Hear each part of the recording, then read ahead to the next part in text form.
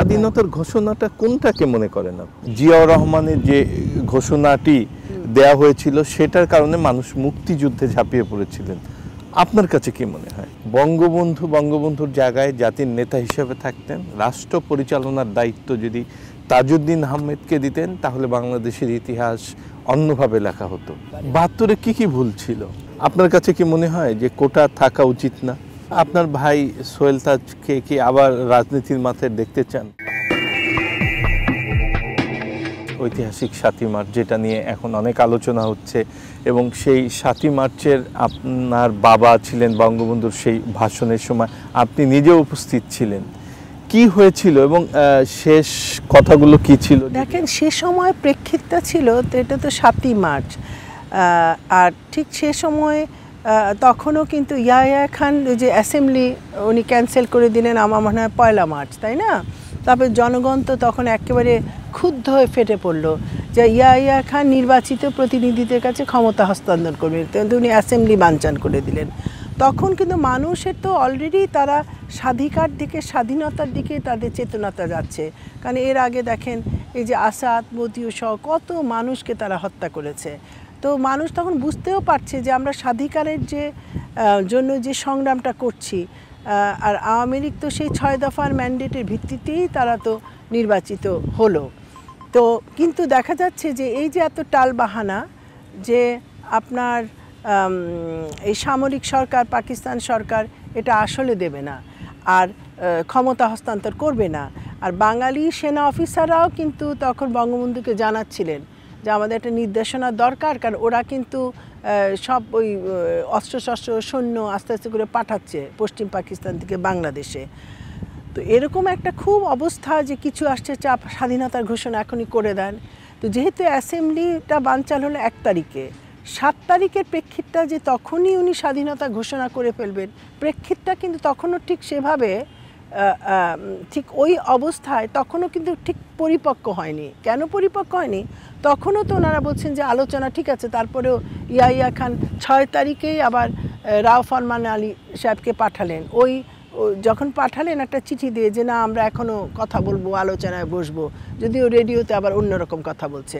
তো আওয়ামী লীগ থেকে যেটা ছিল যে আমরা যে সর্বতোভাবে শান্তিপূর্ণভাবে আমরা চাচ্ছি যে ক্ষমতাটা নির্বাচিত প্রতিনিধিদের কাছে ক্ষমতার হস্তান্তর করাটা হোক, এবং এই জন্য আমরা আলোচনার ক্ষেত্রে তো আমাদের থেকে তো উন্মুক্ত, আমরা তো কোনো রক্তক্ষয় চাচ্ছি না, ৬ দফার ম্যান্ডেটে জিতলাম। তো ৭ই মার্চের যে বক্তৃতাটা আমি মনে করি সেই প্রেক্ষিতটা যদি চিন্তা করেন, এটা কিন্তু একটা ব্যালেন্সড একটা বক্তব্য ছিল। সেখানে উনি কি বলছেন যে জনগণের মধ্যে তখন যে তরুণরা যারা তারা এবং জনগণের এক পক্ষ তারা বলছে আমরা এখনই স্বাধীনতা চাই, স্বাধীনতা ওটার দিকে তারা, আবার এদিকে আবার আরেক হচ্ছে যে তখন আবার স্বাধীনতা উনিও চিন্তা করছিলেন ঘোষণা করলে তখন ওই রেসকোর্সের ময়দানই আরম্ভ হয়ে যাবে হানাহানি, ওখানেই ওরা তখন ওই যে সব গান টান নিয়ে ওরা কিন্তু রেডি। আমরা যখন আম্মার সাথে আমরা গেলাম বক্তৃতাটা শুনতে, আমার বাবা তো বঙ্গবন্ধুর সাথেই ওখানেই, তো আমরা তো পুরো বক্তব্যতে শুনলাম, আমার বয়স যদিও তখন খুব কম।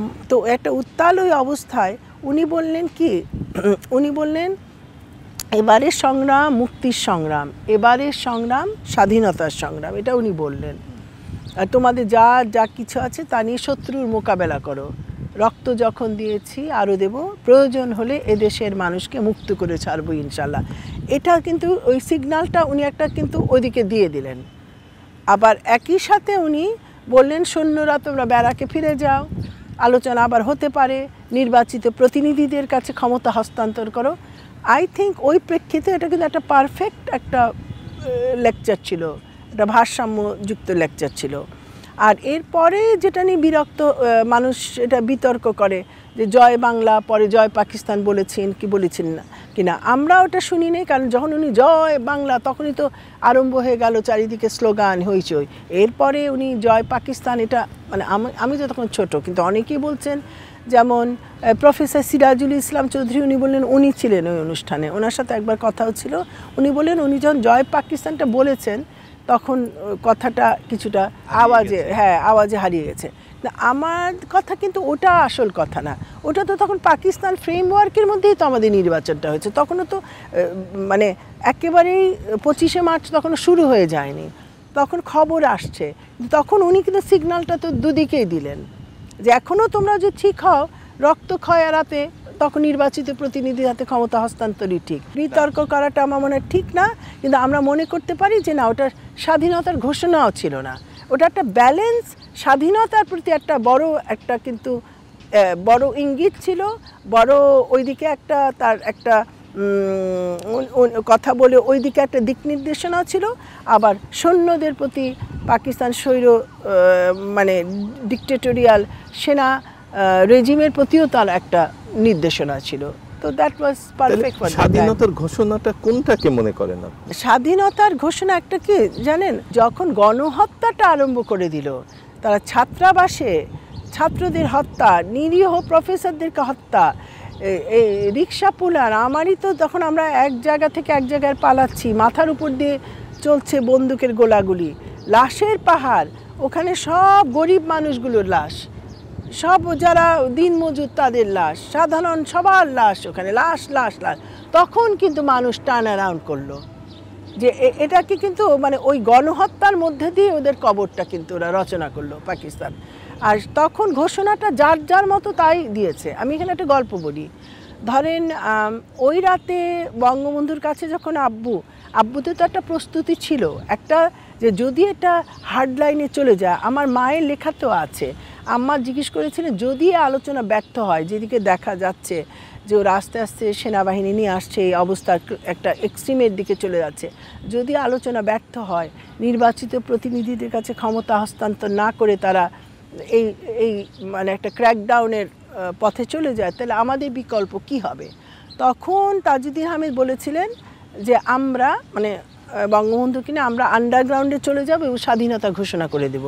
ওই মতো উনি কিন্তু ঘোষণাটা লিখেনও, ড্রাফটও করেন তাজউদ্দিন আহমেদ। কারণ বঙ্গবন্ধুর সমস্ত লেখা মানে বলতো যে বঙ্গবন্ধুর যে ভাষা, হৃদয়টা ছিল তাজউদ্দিন আহমেদ, ব্রেইনটা ছিল তাজউদ্দিন আহমেদ। এটা অবশ্য আমার কথা না, ভুট্টো বলেছে যে আমি মুজিবকে ভয় পাই না, কিন্তু ফাইল বগলে যে লোকটি মুজিবের পিছনে বসে থাকে সেই তাজউদ্দিন, তাকে কাবু করা খুব মুশকিল। This Tajuddin will be our main problem. Rao Farman আলীও বলেছে যে তোমরা যে স্বাধিকার নিয়ে কথা বলছো, আন্দোলন, ওগুলি নিয়ে আমাদের সমস্যা না, আমাদের মেইন শত্রু ছিল তাজউদ্দিন আহমেদ। এগুলো তো বইয়ে লেখাতে তারা নির্ণয় করেছিল এই মানুষটা, একে আগে হত্যা করতে হবে, এই জন্য উনি কিন্তু ডেথ লিস্টে ছিলেন। তো তাজউদ্দিন আহমেদ ওনার যে পরিষ্কার একটা চিন্তাধারা ছিল, একটা যৌক্তিক চিন্তাধারা ছিল, অন্য অন্য রাজনীতিবিদদের মধ্যে এই দূরদর্শিতা বাংলাদেশের ওনারা আবেগ দিয়ে জাগাতে পারেন অনেকে, অথবা একটা সময়ের একটা সাহসী পদক্ষেপ নিতে পারেন, কিন্তু একটা রাষ্ট্র নির্মাণ বা একটা যুদ্ধের মুখোমুখি ভূ রাজনীতি চিন্তা করে, ওই সময়ের সার্বিক চিন্তা করে যে পদক্ষেপগুলি খুব কম রাজনীতিবিদদের মধ্যেই আমরা দেখি ওটা পরিলক্ষিত হয়। ঘনিষ্ঠ ছাত্রের সাথে কথা ছিল যে উনি বঙ্গবন্ধুর সাইনটা নিয়ে ছাত্র যেয়ে হোটেল ইন্টারকন্টিনেন্টালে পৌঁছে দেবে বিদেশি সাংবাদিকদের কাছে যে স্বাধীনতার ঘোষণা এটা। তো কিন্তু সেটা বঙ্গবন্ধু তখন সেই রাতে আর সাইন করেননি। ওনাদের পূর্ব পরিকল্পনা ছিল ওনারা আন্ডারগ্রাউন্ডে চলে যাবেন, উনি ওটা লাস্ট মুহূর্তে উনি সিদ্ধান্ত পাল্টালেন। আর কোন লাস্ট মুহূর্তে, যখন জাতির উপর একটা গণহত্যা, একটা যুদ্ধ চাপিয়ে দেওয়া হচ্ছে, এটা একটা ভয়ঙ্কর সময়।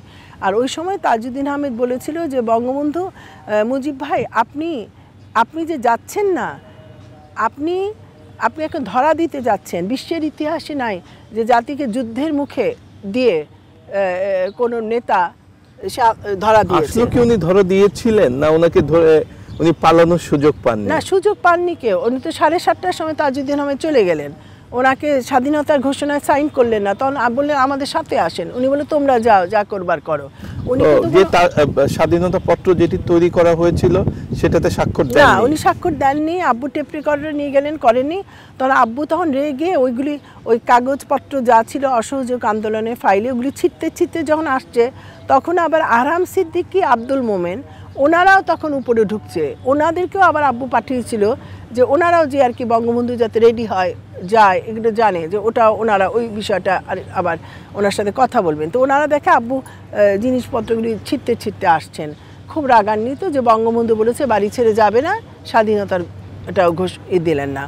তারপরে তো আব্বু বাসায় চলে গেলেন। আর ওই সিক্রেট প্ল্যানটাই ছিলেন, আমি বলি কে, ব্যারিস্টার আমিনুল ইসলাম, ডক্টর কামাল হোসেন, বঙ্গবন্ধু শেখ মুজিবুর রহমান, তাজউদ্দিন আহমেদ, যে এনারা একটা পুরান ঢাকা একটা বাসায় চলে যাবে। এটা বোধহয় সর্দার ফজলুল করিমের মনে হয়, ওনার সর্দার ফজলুল করিম এই নামটা, উনি আওয়ামী লীগের একজন সমর্থক ছিলেন, হয়তো সর্দার ফজলুল করিম না, কিন্তু ওরকম এই নামটা কাছাকাছি, যে ওনার বাড়িতে আশ্রয় নেবেন, তারপর অবস্থা দেখে ওখান থেকে স্বাধীনতার ঘোষণা করবেন এবং ওনারা মুক্তিযুদ্ধ পরিচালিত করবে। এটা কিন্তু একটা ক্লিয়ার, একটা মোটামুটি একটা এই মোটা দাগে প্ল্যান ছিল, যে তারপর পরিস্থিতি বুঝে বাকি পদক্ষেপ নেবে। কিন্তু সেই সময় ব্যারিস্টার আমিনুল ইসলামও আমাদের বাসায় এসে দেখে যে আব্বুর তো তখন চলে যাবার কথা, উনি সাইনটা নিয়ে এসে চলে যাবে 9:30টার মধ্যে, এসে দেখে আব্বু খুব অস্থির হয়ে পাচারি করছে লনের মধ্যে। আর এর আগে ব্যারিস্টার আমিনুল ইসলাম বঙ্গবন্ধুর বাসায়ও গেলেন ডক্টর কামাল হোসেনকে নিয়ে, এটা ধরেন রাত 11:30-11টায়।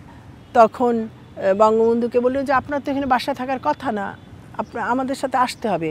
উনি তখন ওনাদের কাঁধে একটু হাত দিয়ে, এটা আমি যে কথাগুলো বলছি এগুলি সব ইন্টারভিউ সাক্ষাৎকারই আছে, ওনারই সাক্ষাৎকারী, তো উনি তখন একটু হাত দিয়ে বঙ্গবন্ধু বলল, this is my order, you must leave the house. তখন তো ওনারা ভ্যাবাচাকা খেয়ে গেলেন, কারণ ওনার তো চলে যাওয়ার কথা, তখন বাড়িতে তো থাকার কথা না। তখন ওই আমিনুল ইসলাম এসে দেখে যে আব্বু এরকম লনে খুব খুব মানে মনোকষ্টে উনি আপ অ্যান্ড ডাউন পায়চারি করছেন, আর পরনে লুঙ্গি আর একটা গেঞ্জি টাইপের। তখন উনি বললেন, তাজউদ্দিন ভাই, বঙ্গবন্ধু যাচ্ছে না, কিন্তু এখন তো উনি কোনো সেকেন্ড ম্যান, আর তো কেউ নেই, ইউ হ্যাভ টু কাম, কারণ জাতি তো দিক নির্দেশনার দরকার, এভাবে তো চলতে পারে না। হ্যাঁ, মানুষ মুক্তিযুদ্ধ করবে কিভাবে, কি হবে, কারা পরিচয় করবে, কোথায় অস্ত্র আসবে, কী করবে, কিচ্ছু জানি না।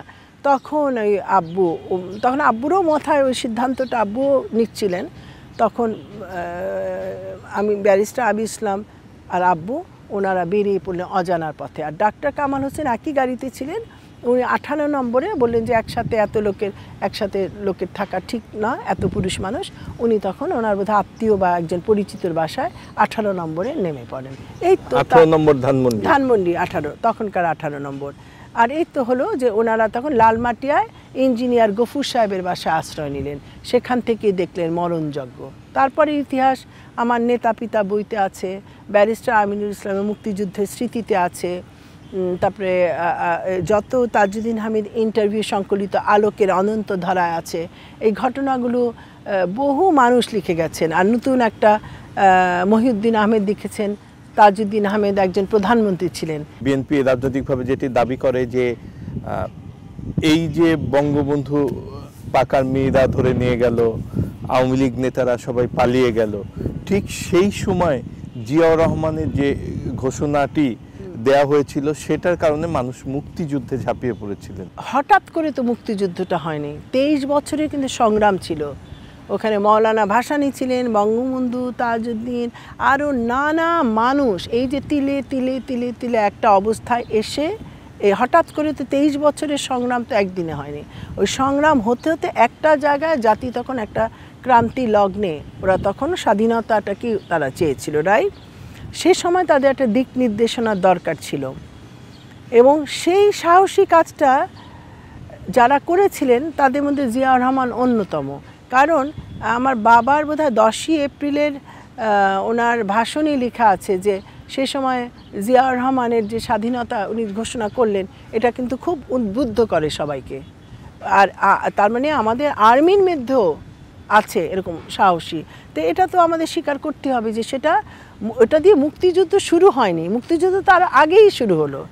মুক্তিযুদ্ধ কিন্তু 25শে মার্চের আগেই কিন্তু তখন হচ্ছে। আপনি যশোরে দেখেন, তখন ওইসব জায়গায় কিন্তু অলরেডি সংগ্রাম আরম্ভ হয়ে গেছে। কুষ্টিয়া, ওগুলি জায়গা, ওরা তো কারো স্বাধীনতার ঘোষণার অপেক্ষায় থাকেনি, ওগুলো তো অলরেডি আরম্ভ হয়ে গেছে।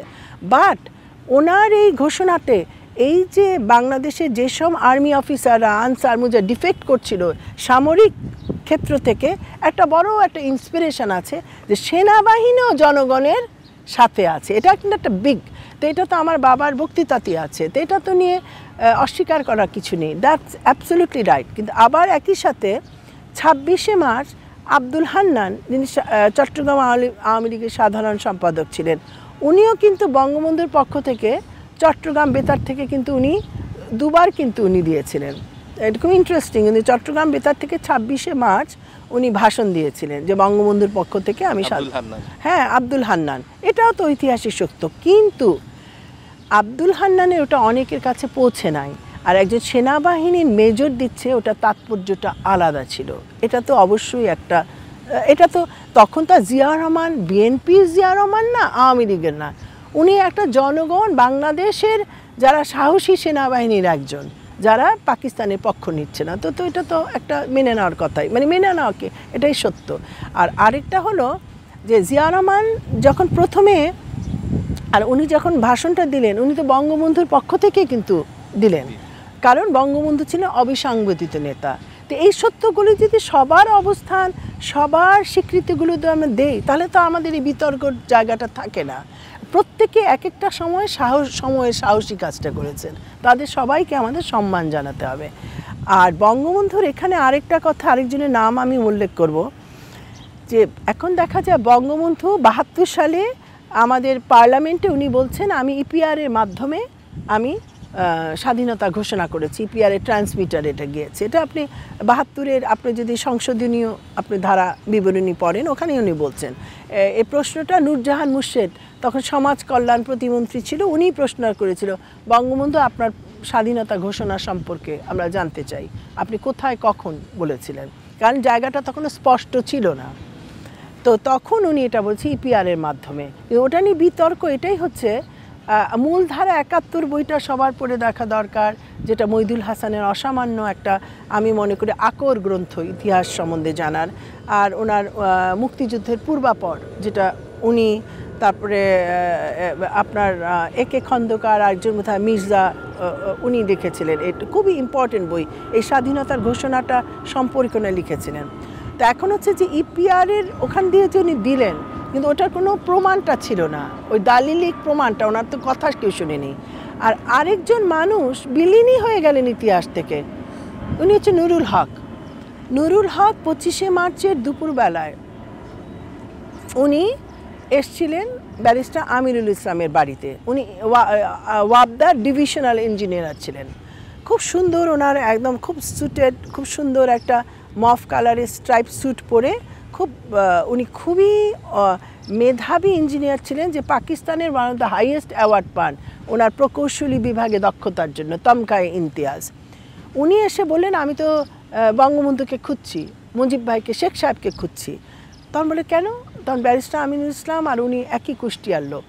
তো বলে কেন? বলে বঙ্গবন্ধু তো আমাকে খুবই সিক্রেটলি বলেছিল একটা ওয়্যারলেস নিয়ে আসার জন্য, ওয়্যারলেস সরঞ্জাম সেট আপ, কিন্তু আমি তো সব নিয়ে এসেছি, ট্রান্সমিটার, ওয়্যারলেস, কিন্তু এখন আর ওনাকে আমি কিছুতেই যোগাযোগ করতে পারছি না, আমি মেসেজ দিচ্ছি কিন্তু ওনার সাথে আমার যোগাযোগ স্থাপন হচ্ছে না।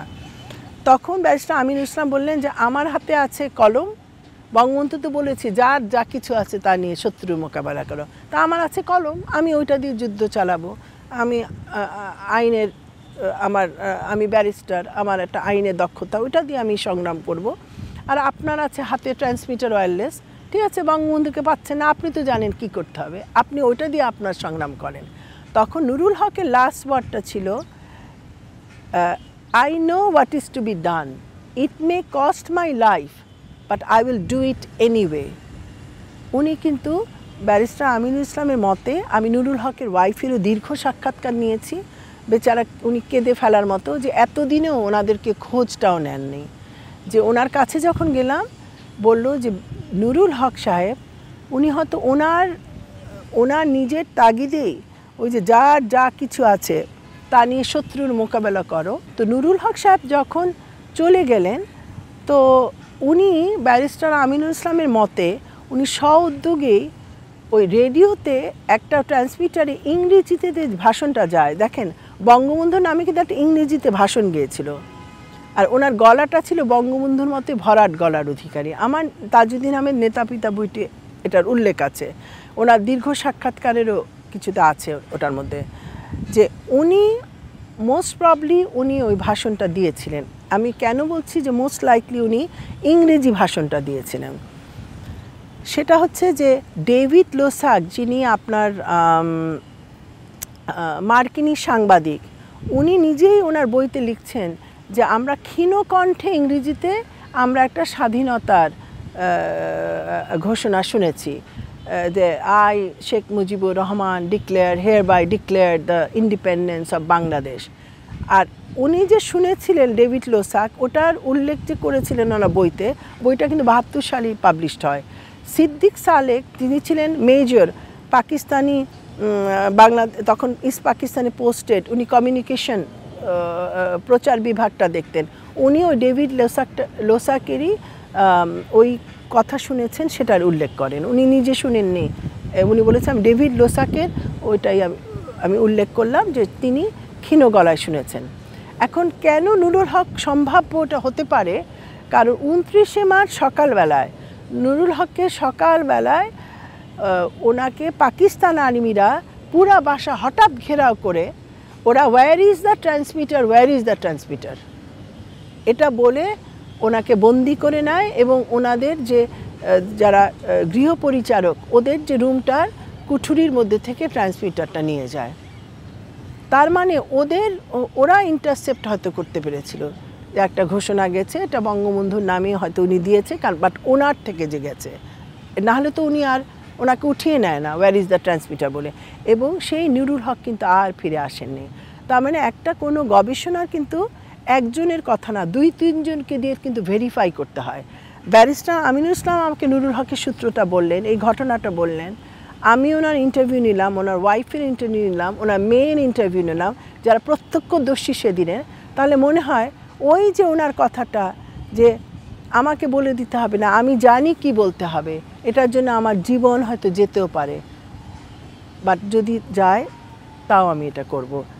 ইট may cost my life but it's worth doing it, এটা ওনার লাস্ট কথা ছিল। তো এই ঘটনাগুলিতে দেখি যে ঘোষণাগুলি বিভিন্নভাবে গেছে। আর বঙ্গবন্ধু যেহেতু বলছেন ইপিআর এর মাধ্যমে, ধরে নিলাম ওনার কথাটা ঠিক আছে, তো ওই সময়টা তো আসলে যার যার ক্ষেত্র থেকে সবাই দিয়েছে, কিন্তু একটা ঘোষণা মাধ্যমে যে স্বাধীনতা যুদ্ধ আরম্ভ হয়ে গেল সেটাও না, তবে ঘোষণাটা ইন্সপায়ার করে। আর বঙ্গবন্ধুর সম্বন্ধে বিতর্কটা হচ্ছে যেহেতু ওনারটা কেউ নিজে শুনে নেয়, আর ওই যে ছাত্রটা আব্বুর জন্য অপেক্ষা করছিল, দেখেন আব্বুদের মানে তাজউদ্দিন আহমেদের নির্দেশ ছিল যে যদি আমাদের কিছু হয়ে যায়, ধরেন ওই বঙ্গবন্ধুর ওখানে গেল, ঘোষণাটা আনলো, ওনাদেরকে ঘেরাও করে ফেললো মিলিটারি, তখন ওদের কাছে ড্রাফটের আরেক কপিও ছিল যে তোমরা কিন্তু দিয়ে এসো যদি কখনো।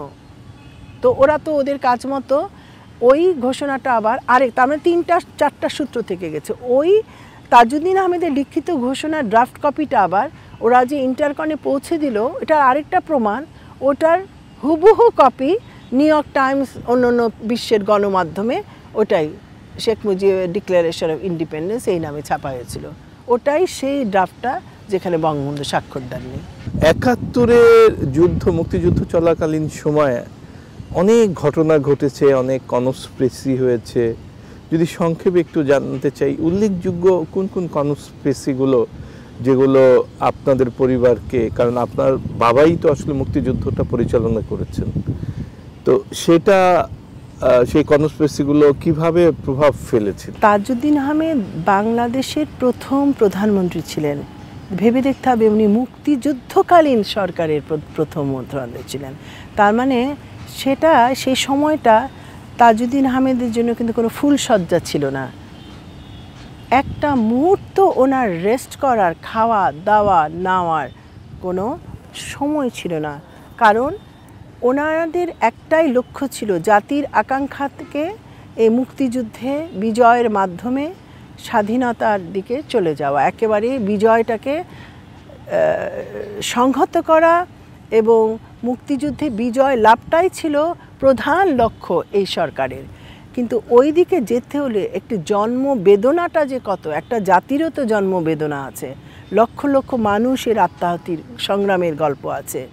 আর তার মধ্যে তাজউদ্দিন আহমেদ একদিকে মুক্তিযোদ্ধাদের প্রশিক্ষণ, আহার, বাসস্থান, কোথায় যাবে, কূটনৈতিক চ্যানেলগুলো স্থাপন করা, তারপরে যেরকম রহমান সোবহানকে উনি তখন পাঠালেন যে বহির্বিশ্বে জনমত আমাদের পক্ষে আদায় করার জন্য।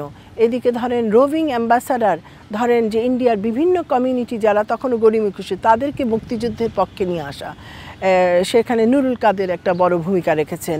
তা মইদুল হাসান উনি তখন ওই যে সোভিয়েতরা যাতে আমাদের পাশে চলে আসে, নাহলে ইন্ডিয়াও সে সময় কিন্তু অস্ত্র তখন দিচ্ছিল না। কারণ আমার বাবা যখন কুষ্টিয়া দিয়ে পার হলেন তখন ওনার মেজর আবু ওসমান চৌধুরীর সাথে দেখা হলো। উনি একজন বীর মুক্তিযোদ্ধা, অসামান্যভাবে উনি ওই গণবিপ্লবে যোগ দেন কুষ্টিয়ায় এবং সবাইকে যশোর ক্যান্টনমেন্টে ব্যারাকে পাঠিয়ে দেন। তারা যুদ্ধ করেছে এবং রাস্তায় জনতা নেমে এসেছিল তখন দাও কুড়াল সব কিছু নিয়ে, এবং তাদের তারাকে, এবং সেটার নেতৃত্বে জনগণের সাথে ছিলেন মেজর আবু ওসমান চৌধুরী।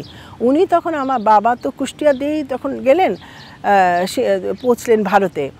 তখন তো আব্বুদের কোনো প্ল্যান ছিল না, কারণ বঙ্গবন্ধুর তো কোনো নির্দেশনা দিয়ে যায়নি কে কার সাথে।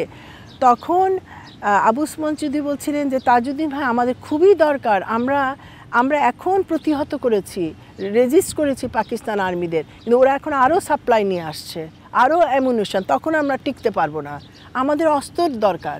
আমাদের এই ছেলেরা, গ্রাম বাংলার দামান ছেলেরা, ওরা এখন যুদ্ধ করবে কিন্তু ওদের তো অস্ত্র নাই। তখন আব্বু যখন সীমান্ত ক্রস করলেন বর্ডার, তখন ওনারা বললেন যে আমরা সীমান্তে ভারতের আশ্রয় নিব যদি আমাদের স্বাধীন বাংলাদেশ রাষ্ট্রের প্রতিনিধি হিসাবে আমাদের আশ্রয় দেওয়া হয়।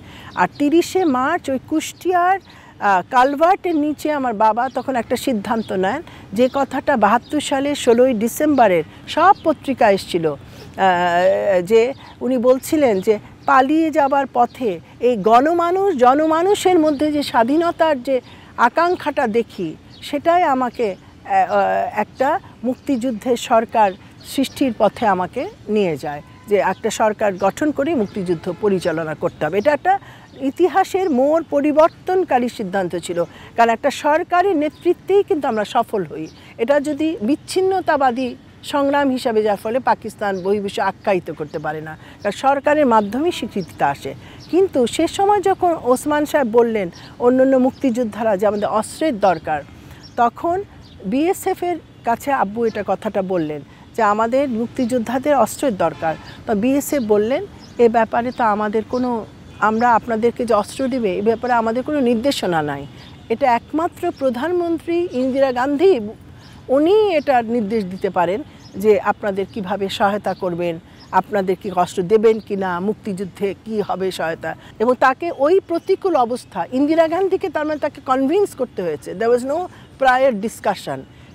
আর একজন দূরদর্শী নেতা হিসাবে উনি আবার এটাও ঠিক করছিলেন যে ইন্দিরা গান্ধীর সাথে যখন 3 এপ্রিল দেখা হলো 10 নম্বর সফদর জং রোডে, তখন তাজউদ্দিন আহমেদ চিন্তা করছিলেন ইন্দিরা গান্ধী কী কী প্রশ্ন করতে পারেন, ওগুলোর পাল্টা উত্তরও সাজাচ্ছিলেন। এটা কিন্তু একজন রাজনীতিবিদ করতে পারেন না, একজন রাষ্ট্রনায়ক করতে পারেন। কারণ রাজনীতিবিদ আজকের কথা চিন্তা করেন, রাষ্ট্রনায়ক 100 বছর 200 বছর পরে কি হবে সেটা চিন্তা করে। আর এই নির্মাণের কাজ, এই চিন্তার কাজটা তাজউদ্দিন আহমেদ হঠাৎ করে করেননি। ওনার সারা জীবনটা পড়ে দেখেন, ভোরবেলা 6টায় উঠতেন, কাউকে যদি বলতেন 7টায় আপনার সাথে দেখা হবে, ঠিক 7টায়, মানে নিয়ম উনি মানতেন। উনি লোকজন নিয়ে, ওই যে লোক দেখানোর জন্য দল বল নিয়ে চলছে ওভাবে করতেন না, ওই একা একা তুলতেন। যেখানে বেশি ভিড় ছবি তোলা হতো উনি একটু দূরে দাঁড়িয়ে থাকতেন। কখনো নিজেকে কিন্তু কখনো ফুটানোর জন্য উনি কাজ করেনি। আর অত্যন্ত মেধাবী ছাত্র ছিলেন, স্ট্যান্ড করা ছাত্র, ম্যাট্রিক ইন্টারমিডিয়েটে। এই রাজনীতির মধ্যে দিয়েও উনি লেখাপড়াটা অব্যাহত রেখেছেন। ওনার তরুণ বয়সের ডায়েরিগুলো দেখলেই আপনি বুঝবেন কতখানি নিষ্ঠা থাকলে একটা মানুষ ওই কাজগুলো ওই বয়সে করতে পারে। এবং তার মধ্যে উনি তার আত্মসমালোচনা করছেন, ওনার কোন কাজটা ভুল হয়েছে, রাতে ঘুমাতে পারছে না, এগুলো তার ডায়েরির পাতায় পাতায়। তার মানে উনি নিজেকে পরিশীলিত করছেন, পরিষ্কার করছেন, পরিশুদ্ধ করছেন জীবনের প্রতি স্তরে। তখন তার মধ্যে যখন জাতির ক্লান্তি লগ্নে ওই দুঃসহ সময় মুক্তিযুদ্ধের নেতৃত্বভারটা তার উপর পড়ল, হি ওয়াজ রেডি। ওনার ক্যাবিনেটের মধ্যে খন্দকার মোশতাক তখন একটা কনস্পিরেসি করলেন যে গোপনে পাকিস্তান এবং আমেরিকার সাথে লিয়াজও করলেন যে এক পাকিস্তান কাঠামোর মধ্যেই তারা একটা কনফেডারেশন হবে। আর জনগণ চাচ্ছিল পূর্ণ স্বাধীনতা, আর পাকিস্তানের লেজুর বৃত্তি নয়। এখন যেরকম এই যে একটা আবেগ আসছে যা একেবারে একটা মানে পূর্ণ স্বাধীনতা, এখানে কোনো আপোষ হবে না, তো পূর্ণ স্বাধীনতা। আর তার মধ্যে তখন আব্বুকে কাবু করতে না পেরে ওনারা তখন একটা মুশতাক ক্যাম্প থেকে একটা আবেগময়ী একটা স্লোগান চালু করা হলো, বঙ্গবন্ধু না স্বাধীনতা। বঙ্গবন্ধু যদি চাও স্বাধীনতার ইচ্ছাকে বিসর্জন দিতে হবে, আর স্বাধীনতা যদি চাও বঙ্গবন্ধু পাকিস্তান কারাগারি রয়ে যাবে, সেটা বিসর্জন দিতে হবে। তখন তাজউদ্দিন আহমেদ বললেন, আমরা বঙ্গবন্ধুও চাই, স্বাধীনতাও চাই। স্বাধীন হলেই বঙ্গবন্ধুকে আমরা মুক্ত স্বদেশে নিয়ে আসবেন, পরাধীন বঙ্গবন্ধু হয়ে নয়, স্বাধীন দেশের বঙ্গবন্ধু হয়ে। এটা ছিল একটা বিরাট একটা তার প্রজ্ঞা, সাহসিকতা, দূরদর্শিতার পরিচয়, যে ওই ব্যাপারটা উনি এভাবে ট্যাকেল করলেন। আরেকটা ছিল শেখ ফজলুল হক মনির নেতৃত্বে মুজিব বাহিনী, যেটাতে ভারতীয় ইন্টেলিজেন্সরা তখন হেল্প করেছিল। তাদের একটা কি ছিল যে এক বাক্সে সব ডিম না রাখা, যে যদি এই সরকার সফল কি হবে, মুক্তিযুদ্ধের প্রতিটা মুহূর্ত তো কেউ বলতে পারে না, এর পরের পরিস্থিতি কী হবে, কে মারা যাবে, রসদ কোথায় পুড়িয়ে যাবে, কোন রাষ্ট্র আমাদের থেকে সমর্থন উঠিয়ে নেবে, কে কাকে দেবে, you never know, that's a very precarious moment. তো তারা তখন আবার আরেকটা ওদের আগেই প্ল্যান ছিল, যে ওরা দেখছিল যে হয়তো ওরা চাচ্ছিল যে ওই ধরনের এক পাকিস্তান কাঠামোর মধ্যে হয়তো যদি একটা শেখ সাহেব জিতে আসেন, তো শেখ সাহেব তো ভারতের পক্ষে ফ্রেন্ডলি একটা কান্ট্রি রিপ্রেজেন্টেটিভ পেয়েই যাচ্ছে, আর একটা রক্তক্ষয়ের মধ্যেও ভারতকে জড়াতে হবে না। ভারতেও যারা তখন স্বাধীনতা চাচ্ছে তাদেরকেও, নাহলে তো একটা স্বাধীনতা যুদ্ধে তারা অংশগ্রহণ যদি করে, সমর্থন দেয়, তাদের দেশের যারা স্বাধীনতা যাচ্ছে, মণিপুর, নাগাল্যান্ড, খালিস্তান, পাঞ্জাব, বিভিন্ন জায়গায় যেটা সংগ্রাম হচ্ছে, সেটাকে উস্কে দেওয়া হবে। তো সব বিবেচনায় তারা, আর আরেকটা হচ্ছে তখন তারা নকশালাইটদেরকে কিন্তু ট্যাকেল করছিল। এবং মুজিব বাহিনীর সৃষ্টির বড় কারণ ওনারা নিজেরাই বলছেন, ওই যে মুজিব বাহিনীকে ট্রেনিং যে দিল ভারতীয় মেজর উবান, উনি তো বলছেন যে আমাদের কাজ ছিল যে এটা এই মুজিব বাহিনী দিয়ে বামপন্থীগুলোকে নিধন, তাদেরকে শায়েস্তা করা, এবং বামপন্থী আন্দোলনটা যেন পূর্ব পাকিস্তান বা বাংলাদেশে না ছড়াতে পারে। আর দেখা গেছে কখনো কখনো মুজিব বাহিনী মুক্তিযোদ্ধাদের উপরই আক্রমণ করেছিল। আপনি মুক্তিযোদ্ধাদের বইগুলি পড়েন, যেরকম মেজর কাইয়ুম খানের বই বিটার সুইট ভিক্টরি, তিক্তমধুর অভিজ্ঞতা, সেটাতেই তো আছে উনি একজন ফ্রন্ট মুক্তিযোদ্ধা, এবং উনি একজন 61 জন শর্ট কোর্সে যারা প্রথম আর্মিতে তারা পাস আউট করলো, আর্মিতে অন্তর্ভুক্ত হলো, ওই প্রথম ব্যাচের অফিসার উনি। তো ওনারা তো লিখছেন যে মুজিব বাহিনীর যে কত চাপ ছিল, এবং 3 বার এই মুজিব বাহিনী, এই দলের এই যে প্রধান এনারা শেখ ফজলুল হক মনি, এনারা 3 বার তাজউদ্দিন আহমেদকে হত্যার ষড়যন্ত্র করেন। একবার তো পিস্তল সহ মুজিব বাহিনী সেই সদস্য ছেলে এসে পরে সে অস্ত্র সারেন্ডার করে। দ্বিতীয়বার আব্বুদের শুনলেন যে মুক্তিযোদ্ধাদের ক্যাম্পে মুজিব বাহিনী ফায়ার করেছে, ওটা দেখার জন্য ওনারা আগরতলা দিয়ে যাচ্ছেন।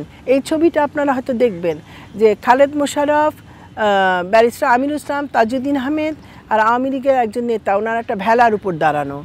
ওই ভেলাটা কেন, ওনারা গাড়ি করেই যাচ্ছিলেন, তখন মুক্তিযোদ্ধারা সবাই খবর দিল ওখানে ডিনামাইট ফিট করা হয়েছে। বিএসএফও জানালো যে মুজিব বাহিনীর লোকরা, যে আব্বুদের গাড়িটা যাতে ব্লাস্ট হয়ে যায়। তো এই প্রতিকূল অবস্থার মধ্যে দিয়ে, তার মধ্যে তো ছিল আমেরিকা তখন পাকিস্তানকে সমর্থন দিচ্ছে, কতগুলো ক্ষেত্র, এটাকে কিভাবে উনি ট্যাকেল দিলেন। আমি তো এখন যখন আমরা রিসার্চ করি, যারা করছেন তারা অবাক হয়ে যায়। তবে সোভিয়েত ইউনিয়ন যদি আবার ভারতের পাশে না আসে, ভারত তখনও ওই ঠিক মতো বলিষ্ঠভাবে আমাদেরকে সমর্থনটা তখনও দিতে পারছে না।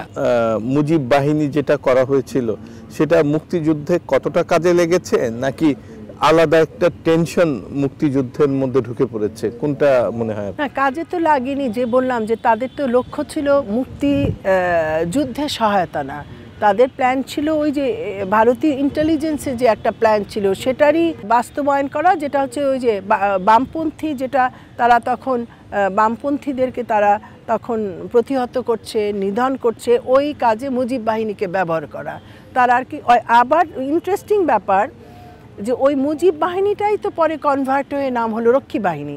ওই মুজিব বাহিনীর লোকজন দিয়ে কিন্তু রক্ষী বাহিনী। আর তাজউদ্দিন আহমেদ যেরকম ন্যাশনালিস্টিক লিডারশিপ ছিল তাদের, মৌলানা ভাসানী বলেন, তাজউদ্দিন আহমেদ, সৈয়দুল ইসলাম এবং অন্যান্য মনসুর আলী কামরুজ্জামান, ওনারা তো একটা যেভাবে ওনারা যুদ্ধটাকে একটা জায়গায় নিয়ে গেছেন, এবং তাজউদ্দিন আহমেদ সর্বদলীয় উপদেষ্টা কমিটি করলেন, মৌলানা ভাসানী তার সভাপতি হলেন, তাজউদ্দিন কনভিনার, যে একটা স্বাধীন দেশে আমাদের সব দলের নিয়ে যারা স্বাধীনতা বিশ্বাসী এভাবে আমাদের জাতীয় একটা কাঠামো সৃষ্টি করতে হবে। দেশ স্বাধীনের পর বঙ্গবন্ধু যখন এলেন ওনার মাথায় কিন্তু সেই চিন্তাটা ছিল না। এটা তো ওনার প্রত্যেকটা কার্যেই দেখি, যার ফলে আমরা যে গণতান্ত্রিক অ্যাসপিরেশনটাকে মাথায় রেখে যে মুক্তিযুদ্ধটা হলো, যে সাম্য, সামাজিক ন্যায় বিচার, মানবিক মর্যাদা, এই কাঠামোগুলো এগুলো আসবে সমাজে সর্বস্তরে, সেটা বিলীন হয়ে এটা চলে গেল একদম বাকশালের দিকে, একনায়কতন্ত্রের দিকে। এটা নিয়ে তো তাজউদ্দিন আহমেদের সাথে আমাদের বঙ্গবন্ধুর একটা মতপার্থক্য হলো। অনেকেই বলেন এই দেশের মুক্তিযুদ্ধের সময় বা অনেক আওয়ামী লীগের নেতারা অনেকে বলেছেন, বুদ্ধিজীবীরা বলেছেন, বিশিষ্ট ব্যক্তিরা বলেছেন যে বঙ্গবন্ধুর জায়গায় জাতির নেতা হিসেবে থাকতেন, রাষ্ট্র পরিচালনার দায়িত্ব যদি তাজউদ্দিন আহমেদকে দিতেন তাহলে বাংলাদেশের ইতিহাস অন্যভাবে লেখা হতো। আপনি কি মনে করেন? যারা বলছেন তারা তো এটা অতিশয়োক্তি করছেন না। যেমন বিএনপির যিনি অর্থমন্ত্রী ছিলেন সাইফুর রহমান, উনি পার্লামেন্টে বলেছিলেন, মনে আছে যে এটা পেপারেও প্রকাশিত হয়েছিল, যে বাংলাদেশের সবচেয়ে বেস্ট অর্থমন্ত্রী ছিলেন তাজউদ্দিন আহমেদ। উনি অর্থমন্ত্রী থেকে একটা অন্য দলের অর্থমন্ত্রী, উনি বলছেন আমি বেস্ট বাজেটগুলি দিয়েছিলেন তাজউদ্দিন আহমেদ। উনি কি ধরনের নেতা ছিলেন এটা দেখেন। শিক্ষা জাতির মেরুদণ্ড, বা স্বাধীন বাংলাদেশে বাজেটের সবচেয়ে বড় অংশটা উনি দিয়েছিলেন শিক্ষা, কৃষি, সামরিক খাতে তার থেকে কম ছিল। কারণ উনি বলতে শিক্ষাটাই তো আমাদের সবচেয়ে বড় অস্ত্র। ওই শিক্ষাটার জায়গাটা ঠিক করতে পারলে আমাদের বেস্ট ডাক্তার বেরোবে, বেস্ট ইঞ্জিনিয়ার, তোর বাইরের লোকরা আমাদের দেশে সেবা নিতে আসবে। আমাদের প্রযুক্তি আমরা উদ্ভাবনী দিয়ে আমরা সারা বিশ্বে এক্সপোর্ট ওরিয়েন্টেড একটা আমরা কান্ট্রিতে রূপান্তরিত হব, ধরেন সিঙ্গাপুর বা অন্যান্য দেশের মতো।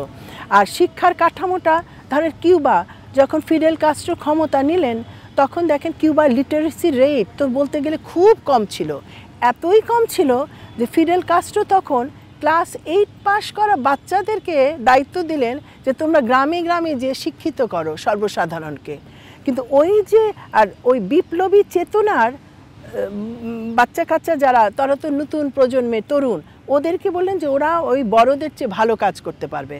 তার ফল কী হলো, কিউবার যে শিক্ষা কারিকুলামকে এখন বিশ্বের সর্বশ্রেষ্ঠ কারিকুলামের একটা কারিকুলাম ধরা হয়, এবং ওরা প্রিভেন্টিভ মেডিসিন এবং সায়েন্টিফিক ইনোভেশনে, মানে বিশেষ করে মেডিকেল ফিল্ডে ওরা পৃথিবীর এখন একটা লিডিং কান্ট্রি।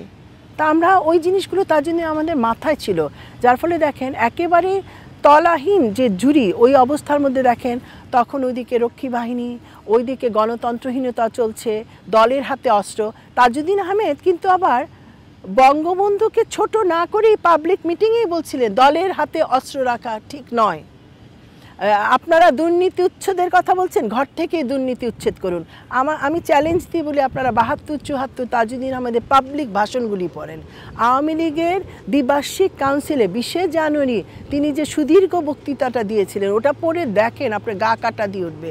দলের হাতে কেন অস্ত্র, আমাদের লুটপাট কেন হচ্ছে, যাদেরকে ধরা পড়ছে তাদের মধ্যে সব আওয়ামী লীগের লোকজন কেন, আমাদের ইলেকশনের মধ্যে আমরা বাধাগ্রস্ত করছি কেন, বাইরের মানুষ ভোট দিতে পারছে না। আপনি ভাববেন কি এই বিগত কথাই বলা হচ্ছে, মানে তখন হয়তো ওটা এত বড় স্কেলে হয় নাই, কারণ 3.5 বছরে, কিন্তু ঘটনাগুলি তো ঘটছিল। এটা উনি কীভাবে উনি ক্রিটিক্যালভাবে উনি কথাগুলি সুন্দর বস্তুনিষ্ঠ গুছিয়ে সমালোচনা করেছিলেন। কিন্তু ওনাকে দেখেন যখন উনি অর্থমন্ত্রীর দায়িত্বটা পেলেন তখন কি হলো, একেবারে 0 থেকে 2.3 জিডিপিতে নিয়ে গেলেন, 72, 73, 74, 75 ওটা 4.3-তে গেল।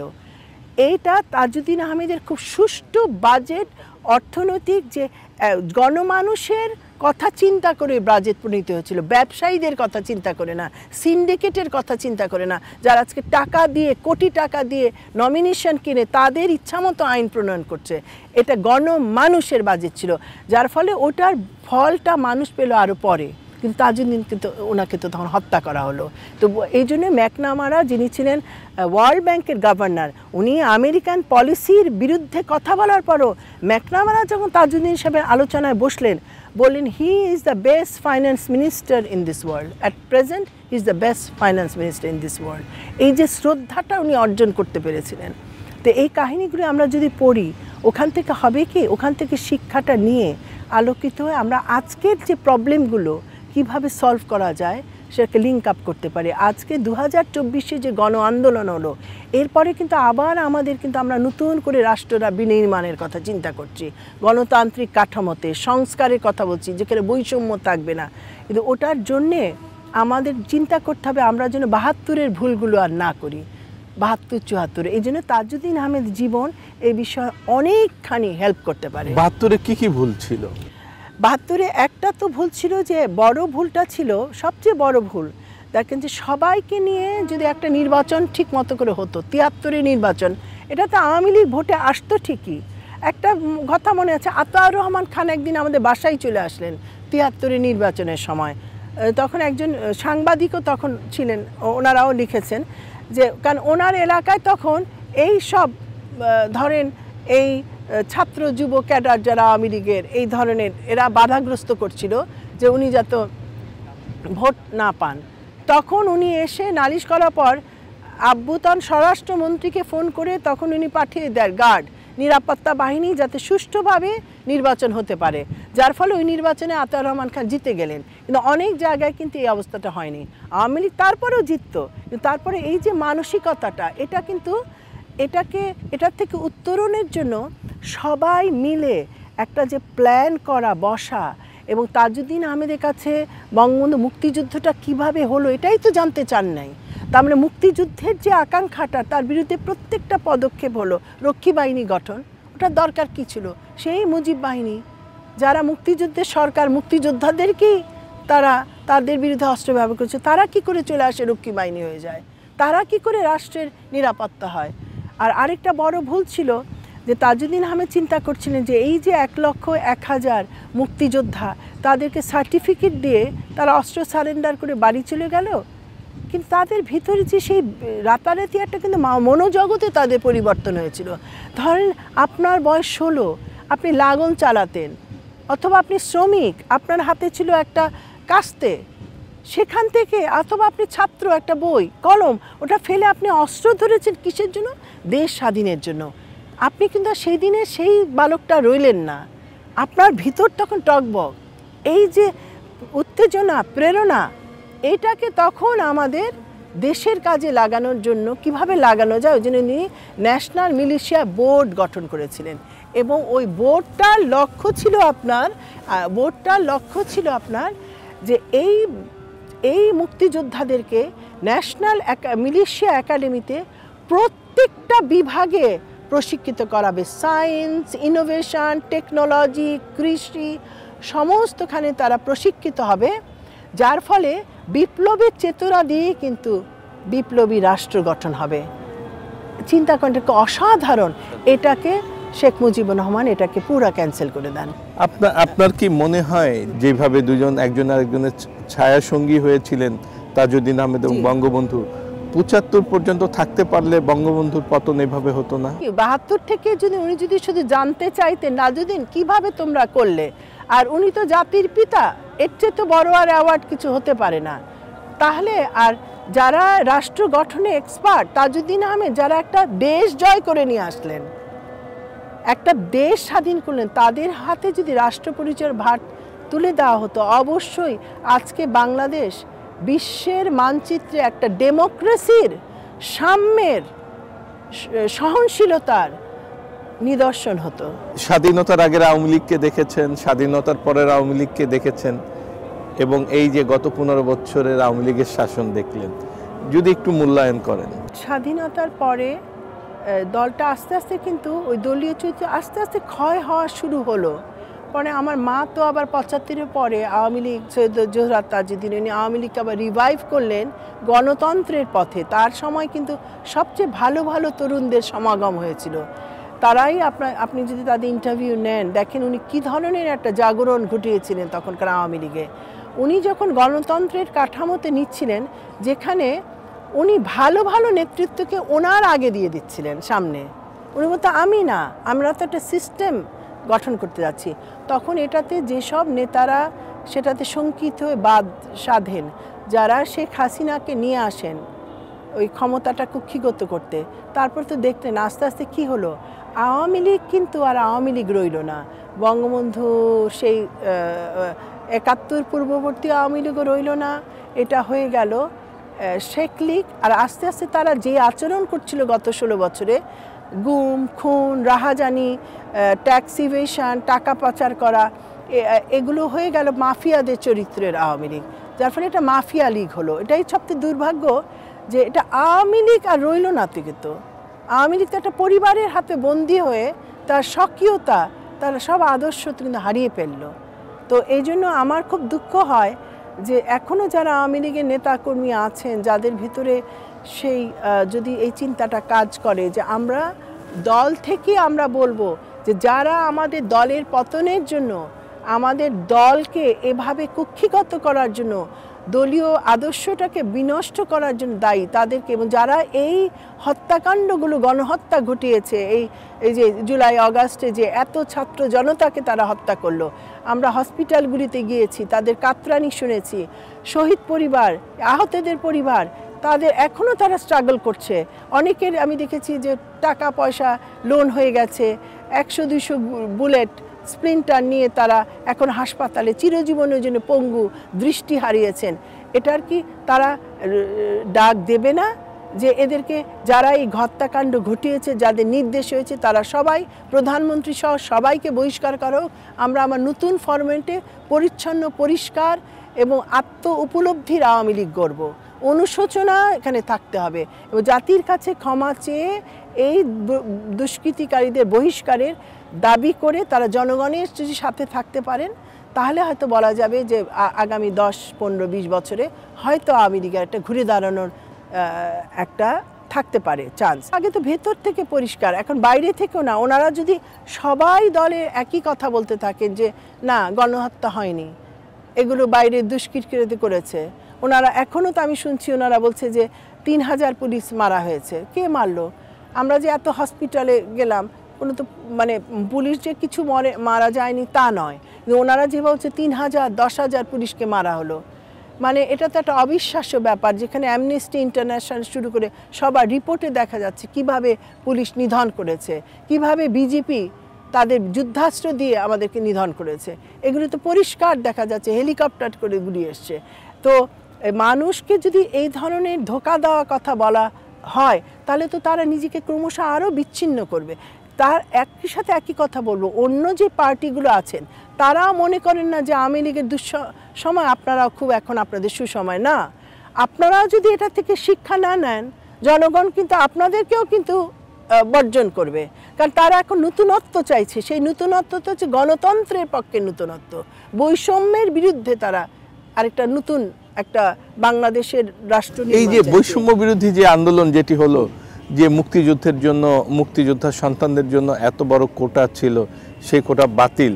আপনিও তো একজন মুক্তিযোদ্ধা পরিবারের, মুক্তিযুদ্ধকালীন সরকার প্রধানের কন্যা, আপনার কাছে কি মনে হয় যে কোটা থাকা উচিত না?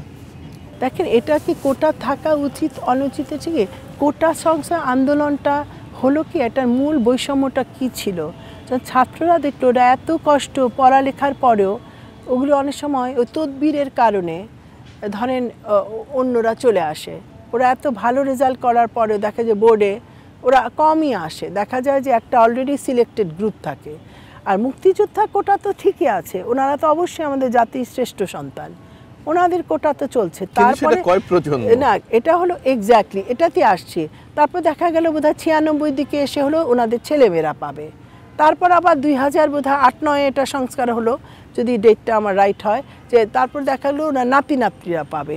এটা কিন্তু আসলেই বৈষম্য। অবশ্যই মুক্তিযোদ্ধারা, ছেলে মেয়ে পর্যন্ত তো মানুষ এটা নিয়ে কোনো কথা বলেনি, কিন্তু এটা যদি হয় তাহলে আপনি কি একটা সুবিধাবাদী ক্লাস সৃষ্টি হয়, একটা সুবিধাবাদী। কারণ মুক্তিযোদ্ধারা তো অলরেডি তাদের সম্মানটা পেয়েছেন, ওরা তো অলরেডি একটা প্রিভিলেজ ওনারা পাচ্ছেন। কিন্তু এখন আর তার মধ্যে দেখা যায়, আমি যে বললাম যে ওই 72-এ তখন হলো অনেক ভুয়া মুক্তিযোদ্ধা কিন্তু ঢুকে পড়ে প্রচুর, ওই 1,01,000 মুক্তিযোদ্ধার বাইরেও 2-3 লক্ষ ভুয়া মুক্তিযোদ্ধা। আর আমরাও তো এখন দেখেছি মুক্তিযোদ্ধার তালিকা করতে যে কত ভুয়া, দেখা গেল রাজাকাররা মুক্তিযোদ্ধার তালিকা এবং মুক্তিযোদ্ধাদেরকে রাজাকারের তালিকা, এগুলি পেপারে লেখা হয়নি। তো এই জন্য আমার মনে কোটার বিরুদ্ধে কোনো কথা না, এটার মধ্যে ন্যায়টা ছিল না, ন্যায়ের প্রতিফলন ঘটেনি। এবং বাচ্চারা চিন্তা করছিল, তরুণ কিশোররা, যে আমাদের আসলে আমরা অনেক লেখাপড়া করে অনেক কষ্ট করে একটা যদি সরকারি চাকরি হতে পারে আমার তদবির করতে হবে, পয়সা ঘুষ দিতে হবে। এটাও কিন্তু একটা ওদের অন্তর্নিহিত একটা চাওয়া ছিল যে এগুলোর বাইরে আমরা এখন আমরা রাজনৈতিক সংস্কার ব্যতীত, রাষ্ট্রীয় কাঠামো সংস্কার ব্যতীত আমরা চাই না আবার কোনো নতুন ইলেকশন আসুক। তরুণদের সাথে কথা বলে এটাই বুঝছি যে ওরা বলছে যে এটা হোক, নাহলে এখন যেই পলিটিক্যাল পার্টি আসবে ওদের চরিত্রটা তো আমরা আগেই দেখেছি, তারা তো একই রাস্তায় যাবেন। আর অনেককে তো দেখছি যে একই কাজই করছেন, যে তারা এখন সিন্ডিকেট, চাঁদাবাজি, রাহাজানি সবই ওনারা করছেন। মানে ওনারা ক্ষমতা আসার আগেই যে কাজগুলি করছেন, ক্ষমতা আসার পর কি করবেন এটা আল্লাহ মালুম। আপনার ভাই সোহেল তাজকে কি আবার রাজনীতির মাঠে দেখতে চান? সোহেল বলছে যে যদি আত্ম উপলব্ধি হয়, অনুশোচনা হয়, এই সব দুষ্কৃতিকারী আর এই যে পরিবারতন্ত্র এগুলো যদি চলে যায় এবং ভালোরা একত্রিত হয়ে এদের বিচার দাবি করে, শাস্তি দাবি করে যারা এই গণহত্যা অপকর্মগুলি করেছিল, তাহলে হয়তো বিবেচনা করা যেতে পারে। তো এটাই আমরা মনে করি যে এটা সবার মাথায় না। আপনি কখনো নিজেকে রাজনীতির মাঠে ভাবেন? আমি কখনোই ভাবিনি ভাই। তাহলে তো ভাবলে তো এটাই হতো যে ধরেন যখন সোহেল পদত্যাগ করলো তখন আমার নামটাই উত্থাপন করা হয়েছিল আমার থেকে, যে আমি যাতে সোহেলের ওই সিটটা আমি নেই। না, আমার কিন্তু লক্ষ্য ছিল ভাই যে আমি যদি আবার ওটা নেই, ওটা তো একটা সোহেল যে জায়গাটা ছেড়ে গেছে ওখানে আমি যাওয়াটা সমীচীন মনে করিনি। আর আরেকটা ছিল যে আমি সোনা শৃঙ্খলটা পড়তে চাইনি। তাহলে আমি যে ইতিহাসের গবেষণার কাজগুলি করছি, এই ধরেন তৃণমূলে যে কাজগুলো, তরুণ কিশোরদের নিয়ে যে কাজ করছি, প্রিনেটাল এডুকেশন, কনফ্লিক্ট রেজলিউশন, যে জাতি গঠনের একটা ভালো দেশ চাইতে হলেও দক্ষ, মেধাসম্পন্ন এবং মেধার অভাব নেই, কিন্তু দক্ষতা, স্কিল বিল্ডিং, এই ট্রেনিংগুলো যদি ওদের থাকে, দেশপ্রেম বোধ জাগতে পারে, ওই ধরনের জন্য অনুশীলনগুলো দেওয়া হয়, তাহলে আমরা একটা প্রশিক্ষিত জনসমাজ পাবো, তারা চাকাটা ঘোরাতে পারে। এটা করে যাচ্ছি, দ্যাটস মাই প্যাশন। আমি লেখালেখির সাথে আছি, আরও একটা বই লিখছি, দ্যাটস মাই প্যাশন। কিন্তু আমি রাজনীতি মনস্ক, যারা রাজনীতি ভালো দিকে নিতে চান তারা যদি আমাদের কাছে আসেন, গাইডেন্স চান, অফকোর্স আওয়ার ডোরস আর ওপেন। এই যে আওয়ামী লীগের সময় আমরা জানি যে মুক্তিযুদ্ধকালীন আওয়ামী লীগের হাল ধরেছিলেন আপনার বাবা, সরকারের হাল ধরেছিলেন, এবং ৭৫-এর পর বঙ্গবন্ধু হত্যার পর আপনার মাই আওয়ামী লীগের হাল ধরে আজকে যার প্রেক্ষিতে আওয়ামী লীগ আবার নবজাগরণ ঘটেছিল। সেই আওয়ামী লীগের সময় আপনি যে ইতিহাস নিয়ে গবেষণা করছেন, সেই গবেষণার সময়ও তো আপনি হামলার সম্মুখীন হয়েছেন এই আওয়ামী লীগের সময়। বিষয়গুলো কি খুব কষ্ট দেয় আপনাকে? এখানে আমি একজন আওয়ামী লীগ তৎকালীন মন্ত্রীর কথাই বলবো। উনি বোধহয় একটা টিভি অনুষ্ঠানে এসেছিলেন, ওনার নাম আকাম মোজাম্মেল। ওনার বিরুদ্ধে তো নানা ধরনের অভিযোগ আছে, নানা ধরনের, এবং উনি বলছিলেন যে এসছিল যে শারমিন আহমেদের বইটা ব্যান করা কি হবে কিনা। তো উনি বলছিলেন যে এখন তো সোশ্যাল মিডিয়ার যুগ, যেহেতু আমার বইটা প্রকাশিত হয়েছে 2014 সালে, তাজউদ্দিন আহমেদ নেতা পিতা, উনি বললেন সোশ্যাল মিডিয়ার যুগ, এখন আর ব্যান তো করলেও কোনো লাভ হবে না, কারণ অলরেডি বইটা প্রকাশে 7-10 দিনের মধ্যে ছেলেমেয়েরা আপলোড করে সবই আপনার, আমিও তাদের চিনি না, মানে বিভিন্ন, এখন আপনি দেখবেন হাজার হাজার ফ্রি কপি, আর 2014 আপনি দেখবেন অনেকে আপলোড করে পুরো বইটাই দিয়ে দিয়েছে আপনার ইয়েতে। তো সেটা একটা চিন্তা ছিল, কিন্তু ওরা সেটা করতে না পেরে যেই হ্যারাসমেন্টগুলি হয়েছিল, আমি মনে করি অন্যরা যে হ্যারাসমেন্টের শিকার হয়েছিলেন, যাদের রিমান্ডে নেওয়া হয়েছিল, অত্যাচার করা হয়েছিল, জেল জুলুম খাটতে হয়েছিল, তার তুলনায় আমার উপর তেমন আসেনি। তারপরে বলবো, যেমন কোনো ডিনারের অনুষ্ঠানে এনএসআই চলে আসেন, ডিজিএফআই চলে আসেন, আমার বইয়ের একটা অনুষ্ঠান হচ্ছে এনএসআই চলে আসে, ডিজিএফআই এসে আবার আমাকে ওই প্রকাশনা অনুষ্ঠানের আলাদা করে নিয়ে আমাকে জেরা করেন। যেমন একজন জেরা করেছিলেন, আপনার তো বয়স তখন 11 বছর, আপনি কি করে জানলেন যে শেখ ফজলুল হক মনি, মুজিব বাহিনী এরাই কাণ্ড করছিল বা এরা ষড়যন্ত্র করছিল? আপনি কিভাবে জানেন? তখন আমি বললাম যে ভাই আপনি কি ফরাসি বিপ্লব দেখেছেন, আপনি কি পলাশির যুদ্ধ দেখেছেন? তখন উনি চুপ। আমি বললাম তাহলে ওটা কীভাবে আমরা জানি? তাহলে বই পড়ে সে সময় তারা যে ঘটনাগুলি লিখেছিলেন ওই সময়কার, সেগুলোই চর্চা হয়, লেখা আলোচনা যেগুলি থেকে যায়, ওটার উপরই তো ইতিহাসবিদরা তারা ইতিহাস লেখেন।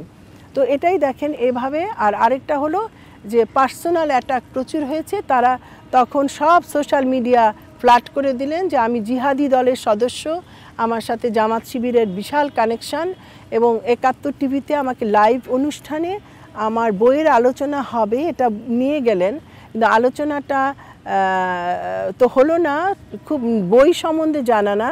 ওনাদের প্রশ্ন ধারা ছিল এইরকম যে আচ্ছা আপনি তো সন্ত্রাসী ওমর ফারুকের সাথে আপনার কি যোগাযোগ?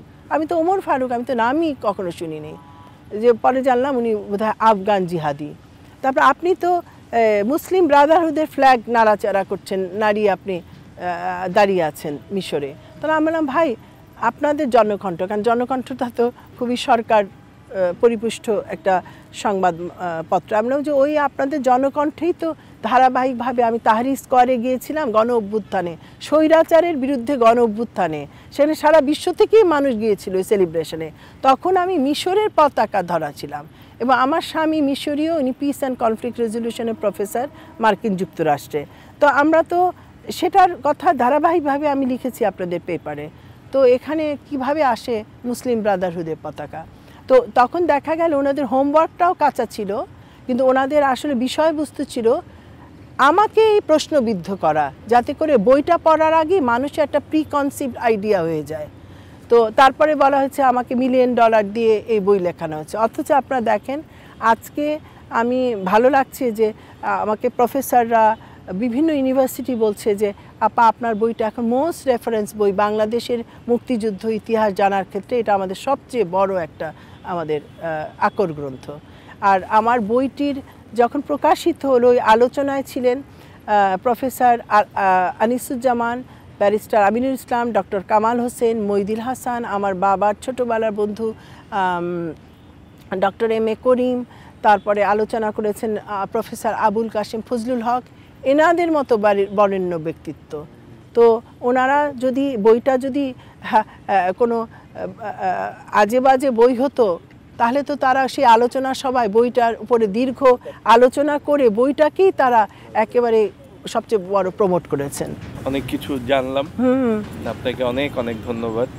আশা করি পরে আবার দেখা হলে আরও অনেক কিছু জানতে পারবো আপনার কাছ থেকে। আপনাকেও ধন্যবাদ রাজীব, এবং শ্রোতা দর্শক সবাইকে আমার ধন্যবাদ, আপনার টিমকেও অনেক ধন্যবাদ আমাকে এই অনুষ্ঠানে আমন্ত্রণ জানানোর জন্য।